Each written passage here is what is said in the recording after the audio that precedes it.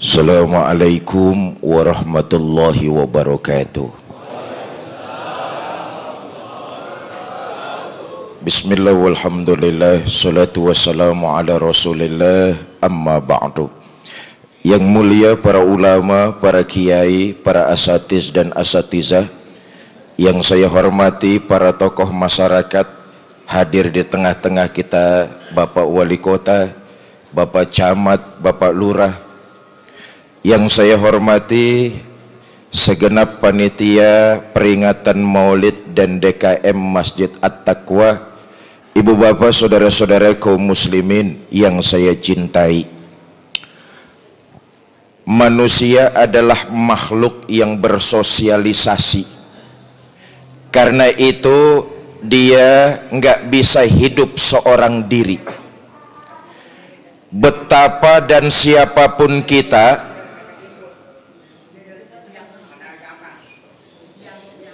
ya,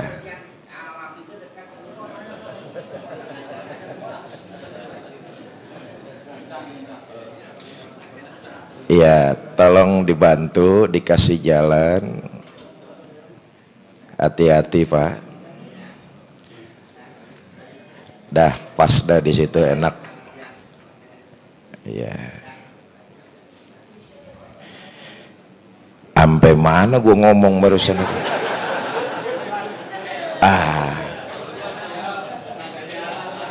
Karena itu kita nggak bisa hidup sendirian. Betapa dan siapapun kita perlu orang lain. Oleh karena kita nggak bisa memenuhi kebutuhan kita sendirian, kita perlu bergaul. Tapi perlu diingat, dalam bergaul itu ada efek positif, ada efek negatif. Ada sisi buruk, ada sisi baik. Sudah barang tentu sisi buruk kita hindarkan, sisi baik dalam pergaulan itu yang kita ambil. Ehonya minta tolong pelanin, matiin aja nih bang. Cek 1 2, cek. Dah makasih, jangan dioprek-oprek. Dalam pergaulan kan begitu tuh, ada sisi negatif, ada sisi positif. Yang baik kita ambil, yang buruk kita hindari.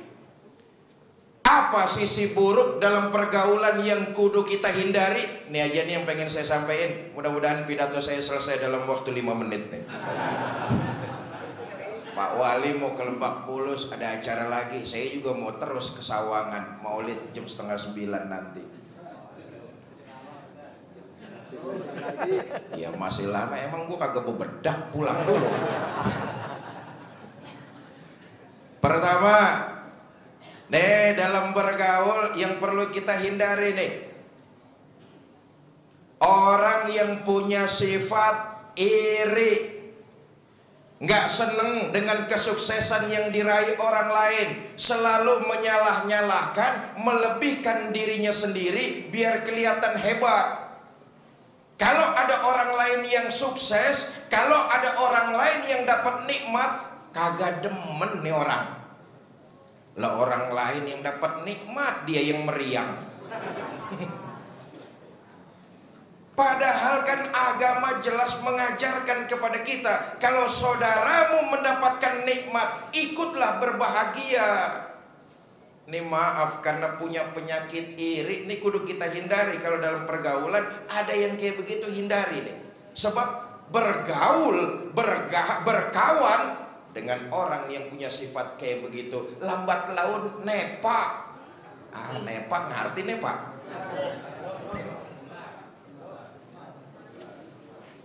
Padahal kan yang diajarkan agama, kalau saudaramu dapat nikmat, senang atas nikmat yang mereka dapat, bukan sebaliknya. Dengar tetangga beli motor, demam. Ada di sini yang kayak begitu, ada? Mana dia orangnya? Kalau saudara kita dapat nikmat, dia bahagia, kita ikut bahagia. Alhamdulillah, tetangga saya beli motor baru, Kapan-kapan kan saya bisa minjem. Hatinya bersih, kagak berek. Tetangga beli mobil baru, alhamdulillah tetangga saya beli mobil baru. Kapan-kapan kan saya bisa minjem. Tetangga punya bini baru, jangan yang ini, nggak boleh, nggak boleh. Kalau saudaramu dapat nikmat, dia bahagia, kamu bahagia. Sebaliknya, kalau saudaramu mendapatkan musibah, dia susah, kamu ikut merasakan kesusahannya. Kita kan maaf, kadang-kadang kita balik. Kalau dalam pergaulan ada orang yang membalik kayak begini nih, kenal aja dah. Temen deket jangan. Kenal aja sama orang yang punya sifat kayak gitu. Tapi berkawan akrab jangan. Ini harus kita hindari. Sifat dan karakter dalam pergaulan ternyata membentuk kepribadian kita, saudara. Makanya pantas kata Nabi ya, siapa yang berteman dengan tukang minyak wangi, walaupun kagak beli, dia kebagian nyium wanginya.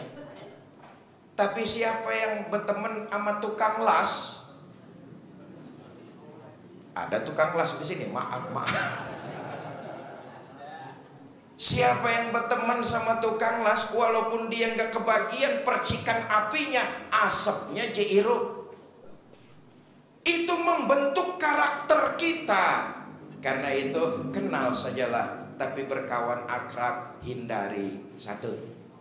Yang kedua, pergaulan yang harus kita hindari, orang yang punya sifat demen ngomong, apaan aja dikomentarin. Bahasa orang Kebayorannya lemes. Ngerti lemes? Apaan aja dikomentarin, demen banget sama ngomong.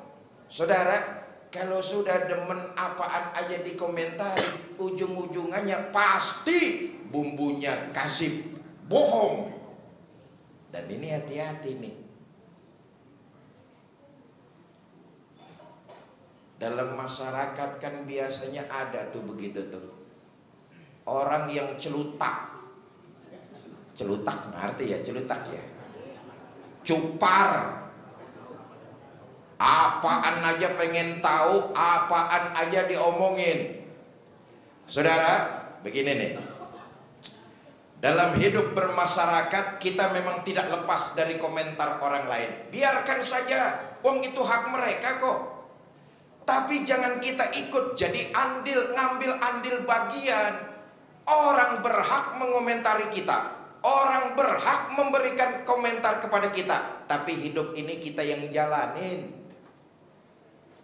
Karena itu jangan terlalu berpengaruh terhadap komentar orang. Dulu saya diginiin sama bapak saya, Allah yarham Ki Haji Zainuddin MZ. Fikri, kalau ada 10 orang, 1 orang ceneh tahu ya, ceneh. 1 orang benci, gedek, ngomongin elu mulu, jangan diiroin yang atuh.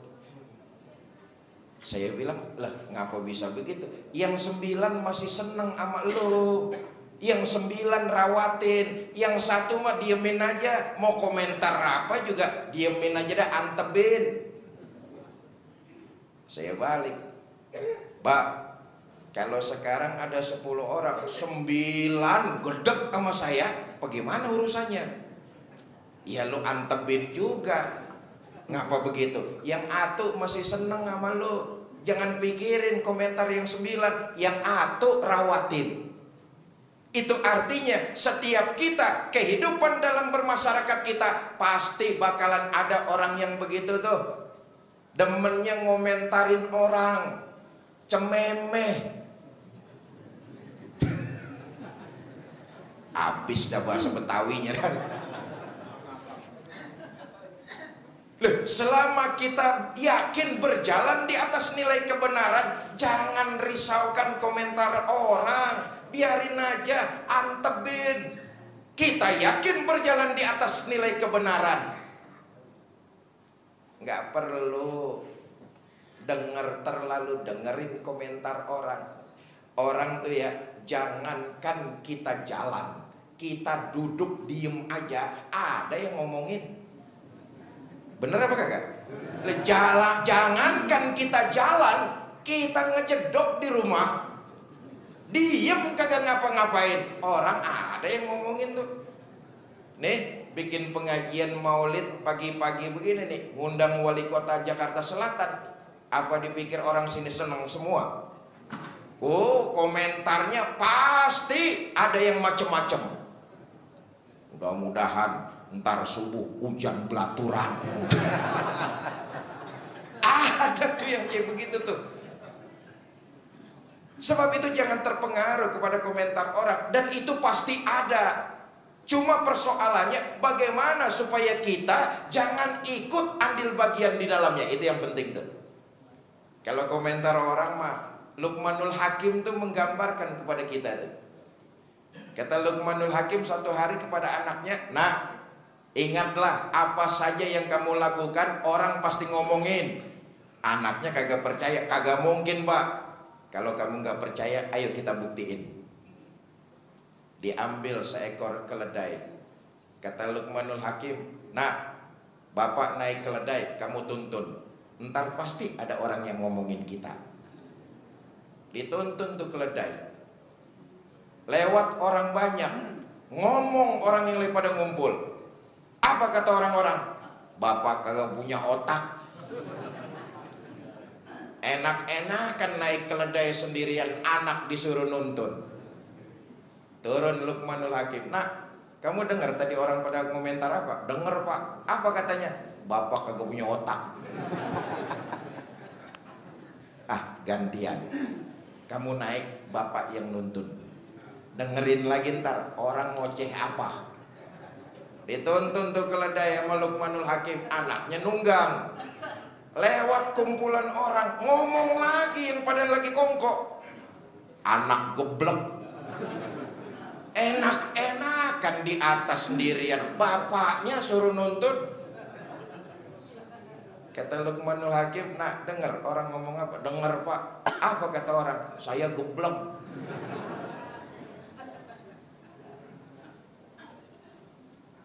Ya udah, sekarang nih keledai kita taikin aja berdua. Naik Luqmanul Hakim berdua tuh bonceng sama bapaknya. Lewat sekumpulan orang, ngoceh lagi tuh orang. Bapak sama anak gendeng. Keledai segitu kecilnya ditunggangin berdua, nggak punya peri kebinatangan. Nah, ya kita turun tuh. Barusan orang ngomong kita gendeng, nggak punya peri kebinatangan. Kata anaknya, "Sekarang bagaimana, Pak?" "Tuntun berdua." Nguculuk bapak, nguculuk ngerti nguculuk ya. Nonton nih bapak sama anak, lewat orang banyak, ngomong lagi tuh orang. Bener-bener bapak sama anak otak didengkul. Punya kendaraan dituntun-tuntun. Kata Luqman, tuh kan, kamu nggak percaya sih apa aja yang kita lakukan diomongin sama orang. Kata anaknya, "Jadi bagaimana, Pak?" "Panggul aja berdua, panggul."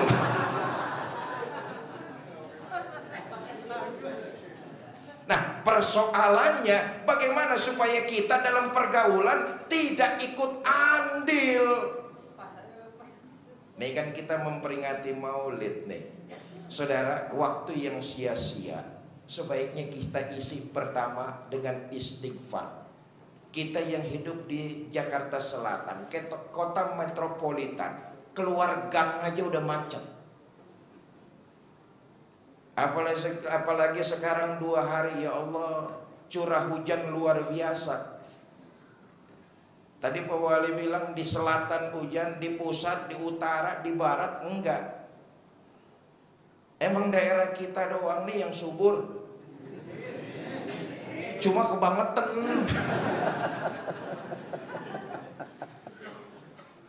Kemarin tuh saya ke daerah Jonggol, 7:30 berangkat dari rumah. Dari mulai Sekopol masuk tol Pondok Pinang, Pondok Indah, arah ke Cibubur, sampai keluar di Cibubur stuck 3,5 jam.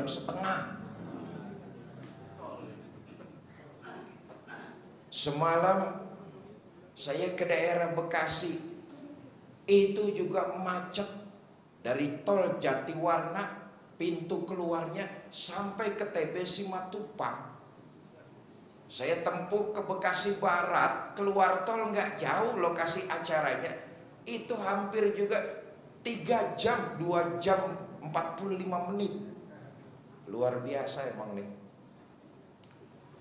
Karena itu Bapak Ibu, saudara-saudara, kita yang keluar gang, menjadi rutinitas kita dengan kemacetan, nungguin lampu merah, nungguin kendaraan terurai.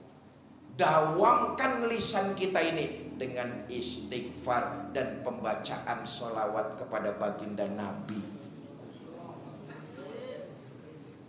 Istighfar luar biasa. La kabirata ma'al istighfar wala saghirata ma'al istimrar. Enggak ada tuh dosa yang gede kalau dia digempur terus dengan istighfar. Tapi enggak ada kesalahan kecil tapi dikerjain terus menerus, numpuk juga dia, enggak digempur dengan istighfar.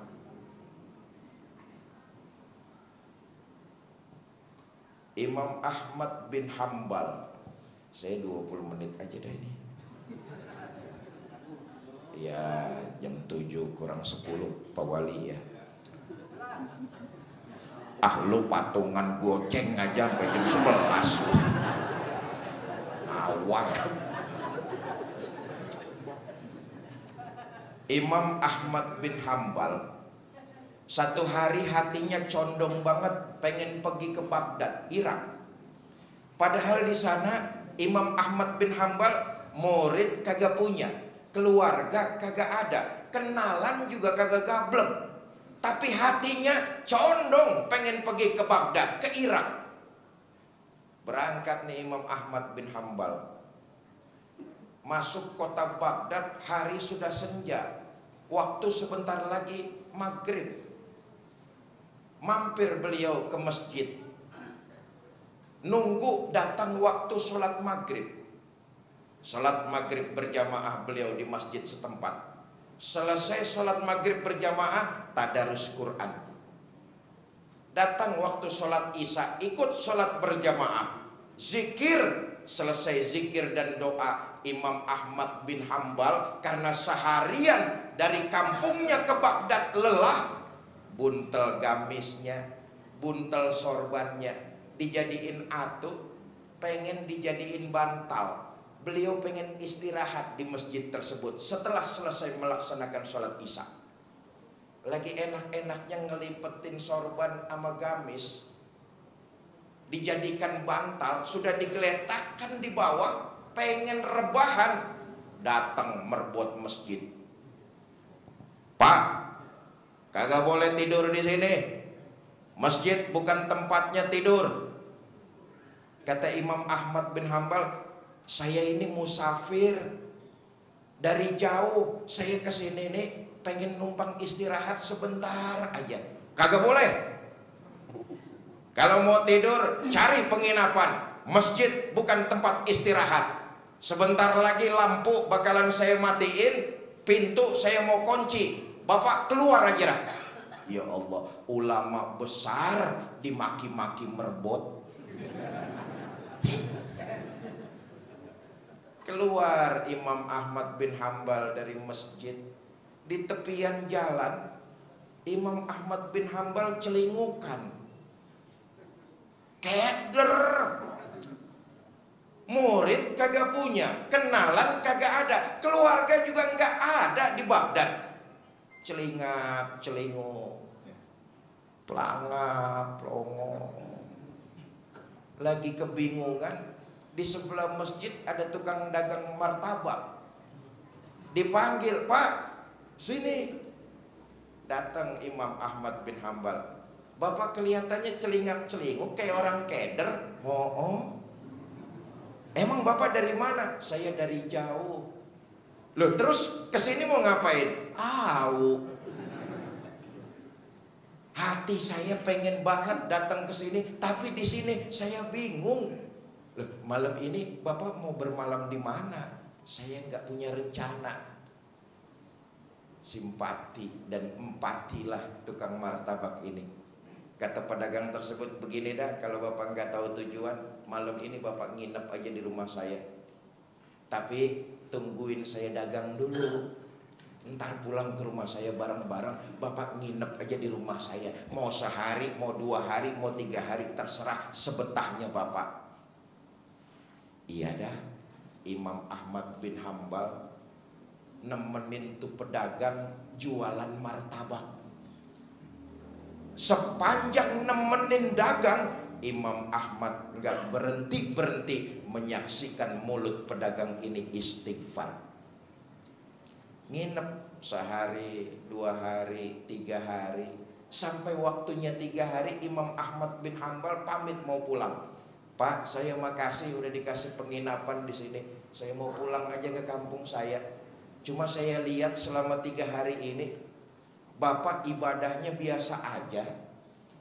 Sholat ya timbang yang rawatib. Ngaji cuma seainan. Ngaji seainan, ngerti ya ngaji seainan? Artinya Bapak orangnya ibadah standar-standar aja.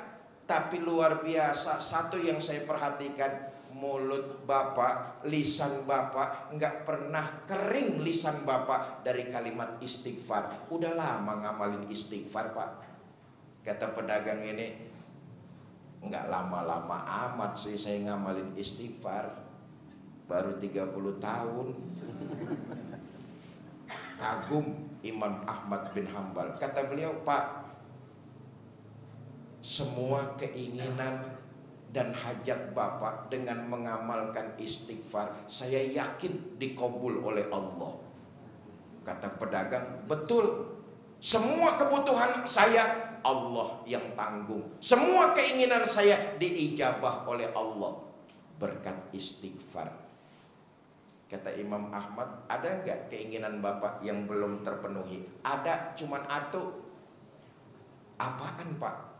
Saya dengar di daerah Ano ada ulama besar, ilmunya luas, alim, bijaksana. Saya pengen silaturahmi sama ulama tersebut tuh. Itu yang belum kesampaian. Kata Imam Ahmad bin Hambal, tuh ulama namanya siapa, Pak? Ahmad bin Hambal. Takbir Imam Ahmad bin Hambal. Apa kata beliau? Amalan istighfar yang selalu didawamkan orang ini menyondongkan hati saya untuk datang langsung ke tempatnya. Daripada kita terjebak ikut andil ngomentarin yang tidak-tidak, dawamkan istighfar dan pembacaan sholawat kepada baginda Nabi besar Muhammad Sallallahu Alaihi Wasallam. Apalagi komentar-komentar yang bikin gaduh. Tuh, tadi sambutan ketua DKM. Kita ini nggak lepas bangsa yang terkena tragedi 1 Oktober kemarin. 125 keluarga besar kita Aremania meninggal dunia. Termasuk di dalamnya ada aparat keamanan. Berhentilah bernarasi, berhentilah berbuat komentar yang gaduh-gaduh, yang menyatakan bahwa mereka mati sia-sia. Oh, tidak ada yang mati sia-sia, saudara. Keluarga kita tuh yang 125 orang kehilangan jiwa itu, mereka tidak mati sia-sia kok. Terbukti. Siapa saja sekarang ini yang harus bertanggung jawab? Konon katanya jumlah kapasitas yang berlebih, daya tampung yang tidak muat. Konon juga katanya Sebuah pertandingan itu sebelum 10 menit peluit ditiup oleh wasit, pintu-pintu keluar harus sudah terbuka. Ini sampai terjadi tragedi, pintu-pintu tidak terbuka. Ada jelas kesalahan di dalamnya, terbongkar sudah. Maka keluarga kita 125 orang tersebut bukan mati sia-sia. Tuh mati nonton bola. Mati cara apa, saudara? Husnuzon. Saat saudara kita tersebut terdesak, sesak, terhimpit, terjepit, saya yakin dari mulut mereka keluar kalimat takbir, tahmid, tasbih, tahlil, dan mudah-mudahan mereka mati dalam kondisi husnul khatimah. Amin. Janganlah lagi berkomentar yang macam-macam. Kalau ada dalam pergaulan kita orang yang demennya ngomong, kenal saja, akrab, jangan lagi-lagi membentuk karakter kita. Yang ketiga, yang terakhir nih, hindari dalam pergaulan orang yang punya sifat bohong. Ama bohong hobi, memanipulasi kebaikan orang demi kepentingan dirinya sendiri. Orang yang berbuat baik, orang yang berkarya diakuin sebagai perbuatan sendiri, memanipulasi kebaikan orang lain. Kalau ada yang kayak begini nih, hindari dalam pergaulan. Karena akan nular, sifatnya, karakternya akan nempel kepada kita. Memanipulasi kebenaran demi kepentingannya sendiri. Orang lain yang berjuang, orang lain yang berkarya, tapi diakuin hasilnya sendiri. Padahal tuh orang kagak ngapa-ngapain. Sama ayam yang betelor, sapi yang punya nama. Ayam setengah mampus mejen, betelor, sapi yang dapat nama. Tuh telur mata sapi.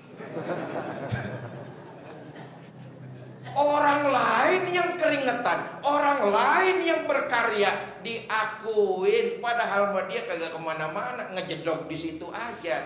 Kalau dalam pergaulan ada yang seperti ini, kenal saja, akrab jangan. Kenapa? Sifatnya bisa membentuk karakter kita. Ini saja yang dapat saya sampaikan. Mudah-mudahan ada manfaat. Lebih kurang saya mohon maaf. Wallahul muwaffiq ila aqwamit thoriq. Assalamualaikum warahmatullahi wabarakatuh.